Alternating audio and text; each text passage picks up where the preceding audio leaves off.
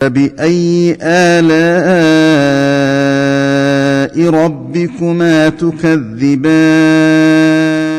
അർ-റബ്ബ് എന്നുള്ള നാമം വിശുദ്ധ ഖുർആനിൽ ഏകദേശം 500-ലധികം തവണ അർ-റബ്ബ് എന്നുള്ള പദം വന്നിട്ടുണ്ട്.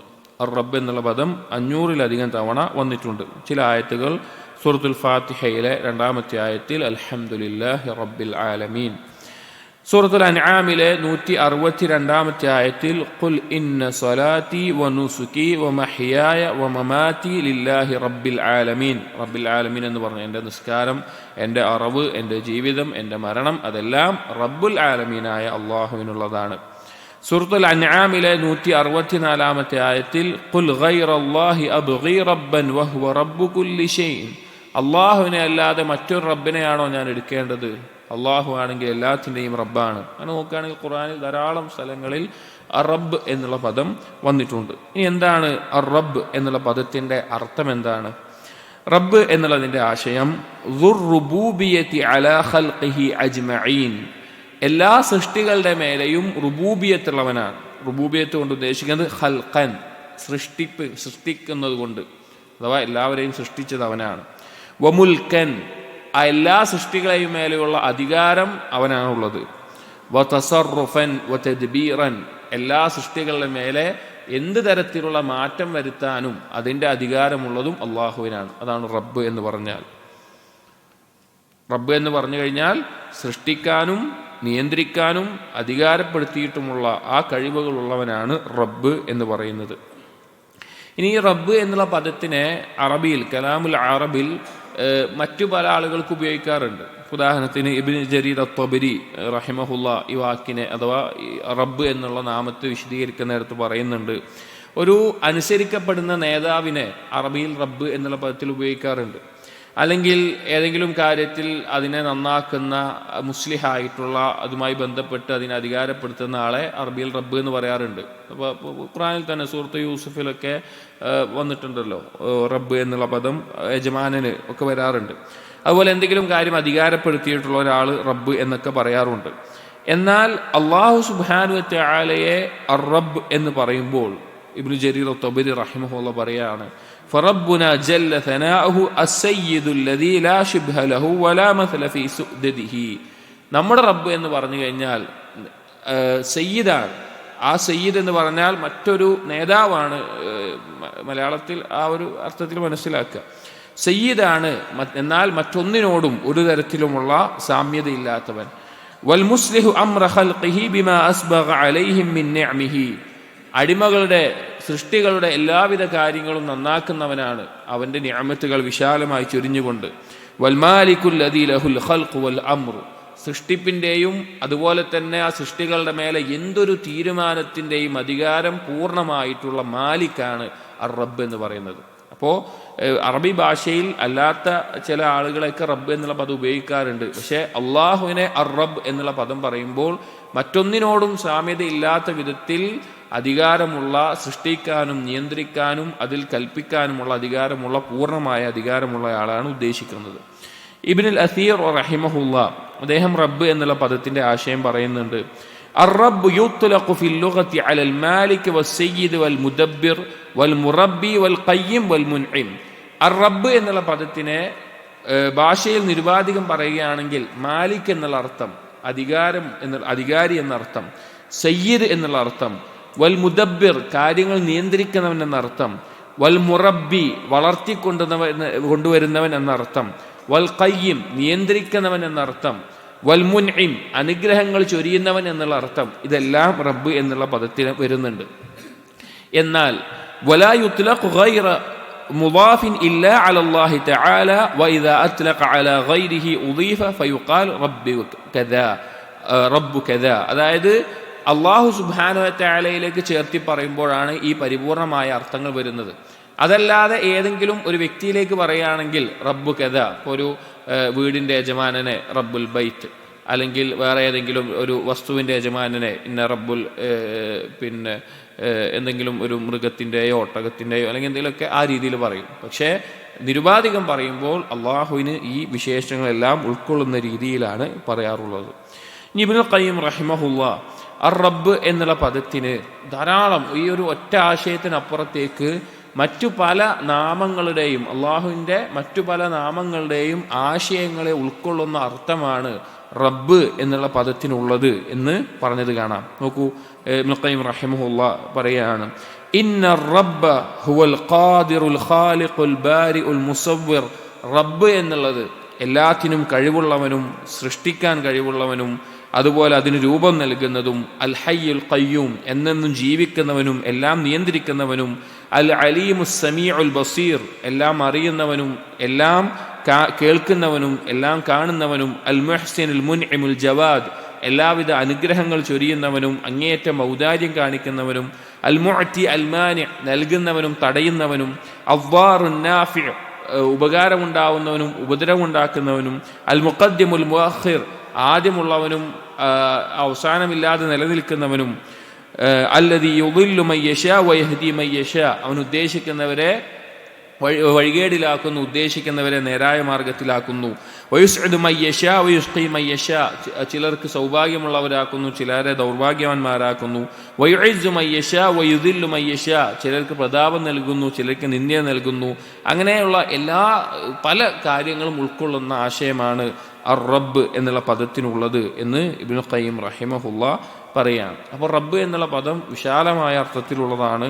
സ്വന്തത്തെ നിയന്ത്രിക്കുന്നതിനോടൊപ്പം ബാക്കി എല്ലാത്തിനെയും നിയന്ത്രിക്കുന്നവനും അർശിനുമേൽ ഇസ്തിവാ ചെയ്തവനും അധികാരം കൊണ്ടും നിയന്ത്രണം കൊണ്ടും ഏകനായിട്ടുള്ളവനും എല്ലാ കാര്യങ്ങൾ മടങ്ങുന്നവനും എല്ലാ കാര്യങ്ങളും മലക്കുകൾ മുഖേന മലക്കുകളെ ഏൽപ്പിച്ചുകൊണ്ട് എല്ലാ കാര്യങ്ങളും പൂർണ്ണമായി നിയന്ത്രിക്കുന്നവനും നൽകുന്നവനും തടയുന്നവനും ഉയർത്തുന്നവനും താഴ്ത്തുന്നവനും ജീവിപ്പിക്കുന്നവനും മരിപ്പിക്കുന്നവനും അങ്ങനെ തുടങ്ങി എല്ലാ കാര്യങ്ങളും പൂർണ്ണമായി നിയന്ത്രണം ആരുടെ കയ്യിലാണോ അവനാണ് റബ്ബ് എന്നുള്ളത്. അല്ലാഹു സുബ്ഹാനഹു വ തആല സൂറത്തുർ റഹ്മാനിലെ 29-ാമത്തെ ആയത്തിൽ പറഞ്ഞു, യസ്അലുഹു മൻ ഫിസ് സമാവാതി വൽ അർദ് ആകാശങ്ങളിലുള്ളവരും ഭൂമിയിലുള്ളവരും അവനോട് ചോദിക്കുകയാണ്.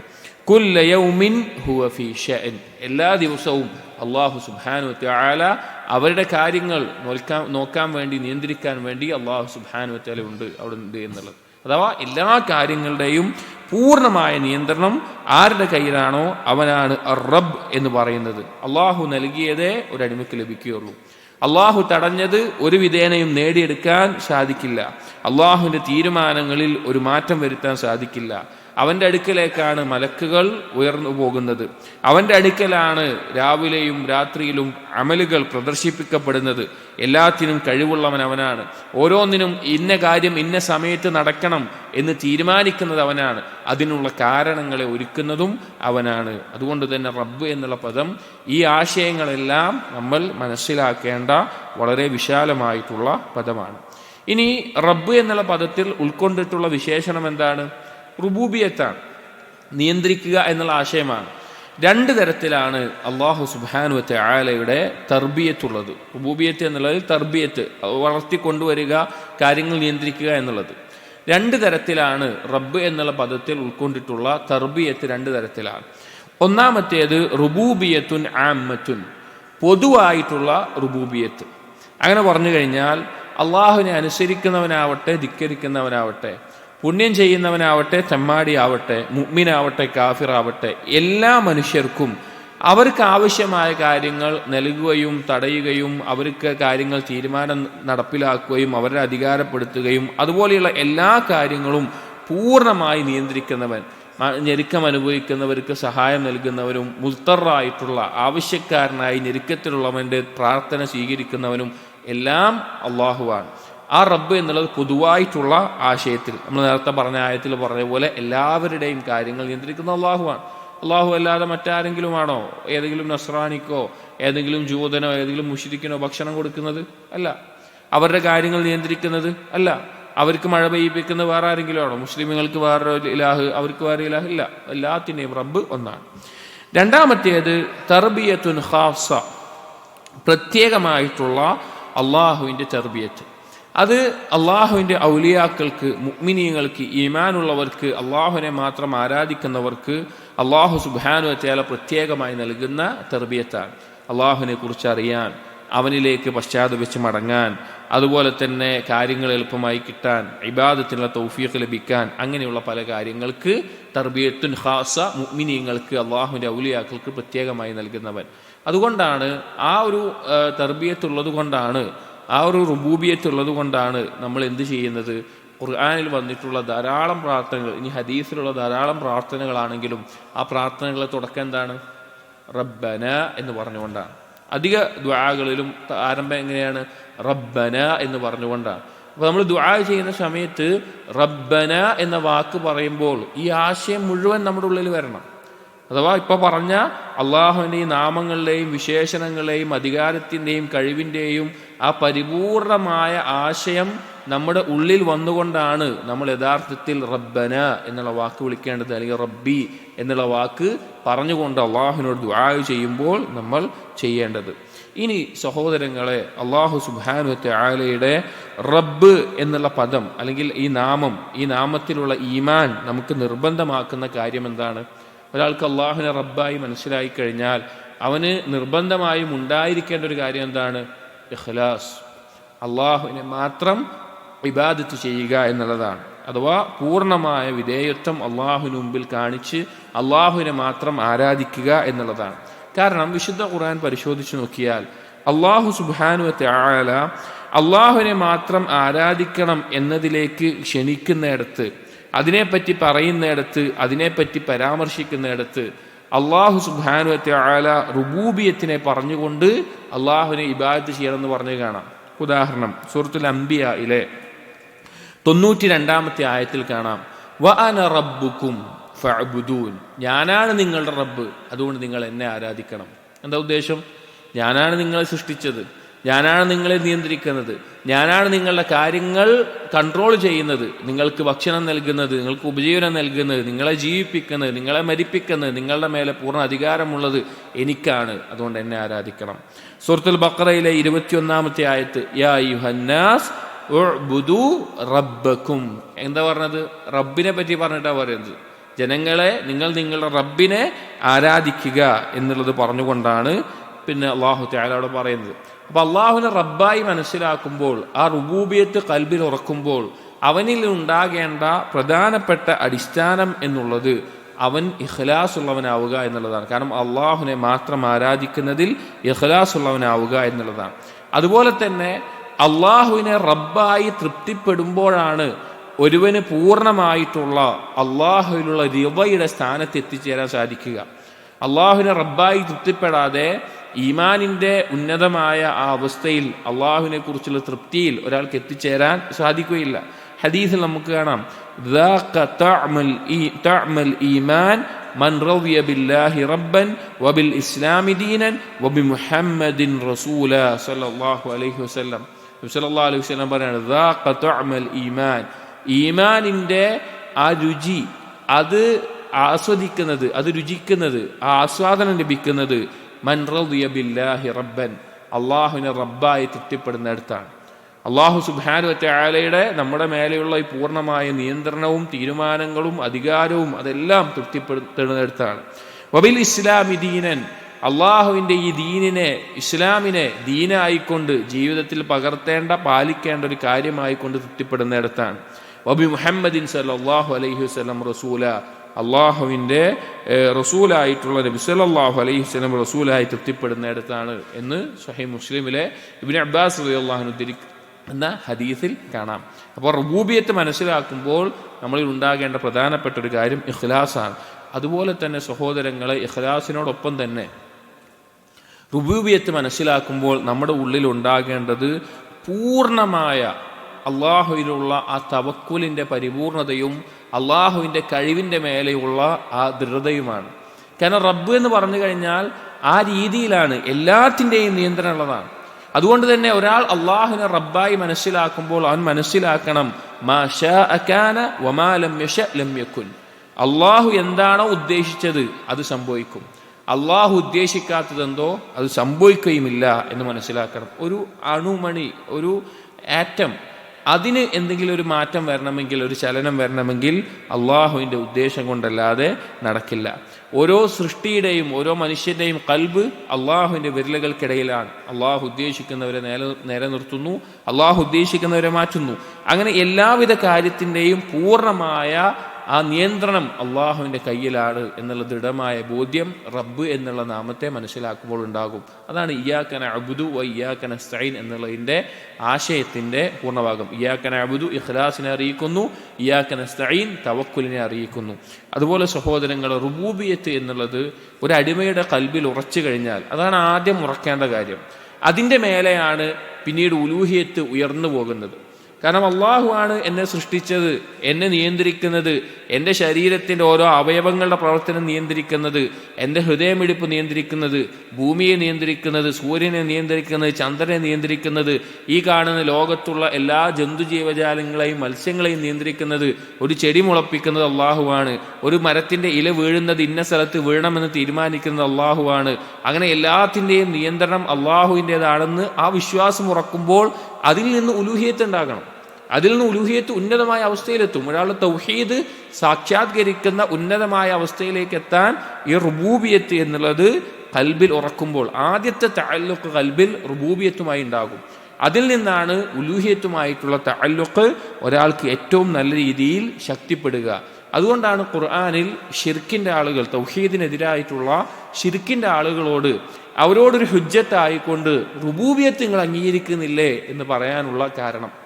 അപ്പോൾ ഖുർആനിൽ നബി സല്ലല്ലാഹു അലൈഹി വസല്ലമയോട് മക്കയിലുള്ള മുശ്രിക്കീങ്ങളോട് ചോദിക്കാൻ പറഞ്ഞ ചോദ്യങ്ങളിൽ അല്ലാഹു തആല ഹുജ്ജത്തായി അവിടെ സ്ഥാപിച്ചൊരു കാര്യം, നിങ്ങൾ റുബൂബിയത്ത് അംഗീകരിക്കുന്നുണ്ടല്ലോ, നിങ്ങളെ സൃഷ്ടിച്ചത് ഞാനാണ്, നിങ്ങൾക്ക് ഉപജീവനം നൽകുന്നത് ഞാനാണ്, നിങ്ങളുടെ മേലെ അധികാരമുള്ളത് ഞാനാണെന്ന് അംഗീകരിക്കുന്നുണ്ടല്ലോ, പിന്നെ എന്തുകൊണ്ട് എന്നെ മാത്രം ആരാധിക്കുന്നില്ല എന്നുള്ളതാണ്. അപ്പോൾ റുബൂബിയത്ത് യഥാവിധി ഉറച്ചു കഴിഞ്ഞാൽ അതിൽ നിന്നുണ്ടാകേണ്ട കാര്യമാണ് ഇഖ്ലാസ്. ആ ഇഖ്ലാസിനെ ശക്തിപ്പെടുത്താൻ, ആ തൗഹീദിനെ പൂർത്തീകരിക്കാൻ അത് വളരെയധികം ഉപകരിക്കും. നോക്കൂ, മുശ്രിക്കീങ്ങളോട് അല്ലാഹു സുബ്ഹാനഹു വ തആല ചോദിച്ചു നോക്കൂ, വല ഇൻ സഅൽതഹും മൻ ഖലഖഹും ലയഖൂലുന്ന അല്ലാഹ് ഫഅന്നാ യുഫഖൂൻ. സൂറത്ത് സുഖ്റൂഫിലെ 87-ാമത്തെ ആയത്താണ്.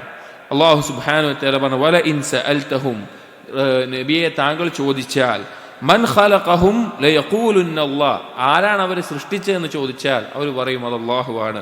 ഫഅന്നാ യുഫഖൂൻ, പിന്നെ എങ്ങനെയാണ് അവർ ഈ തെറ്റിക്കപ്പെടുന്ന ഈ അവസ്ഥയിലായി പോകുന്നത്, ശിർക്കിൻ്റെ ആളുകളായി പോകുന്നത്? സൂറത്തുൽ മുഅ്മിനൂനിലെ 84-85 ആയത്തുകളിൽ ഖുൽ ലിമനിൽ അർദു വമൻ ഫീഹാ ഇൻ കുൻതും തഅലമൂൻ, നബിയെ ചോദിച്ചു നോക്ക്, ഈ ഭൂമിയിലുള്ളതും ഭൂമിയും അതിലുള്ളതെല്ലാം ആരുടേതാണെന്ന്. സയഖൂലൂന ലില്ലാഹ്, അവർ പറയുന്നത് അല്ലാഹുവിൻ്റെയാണ്.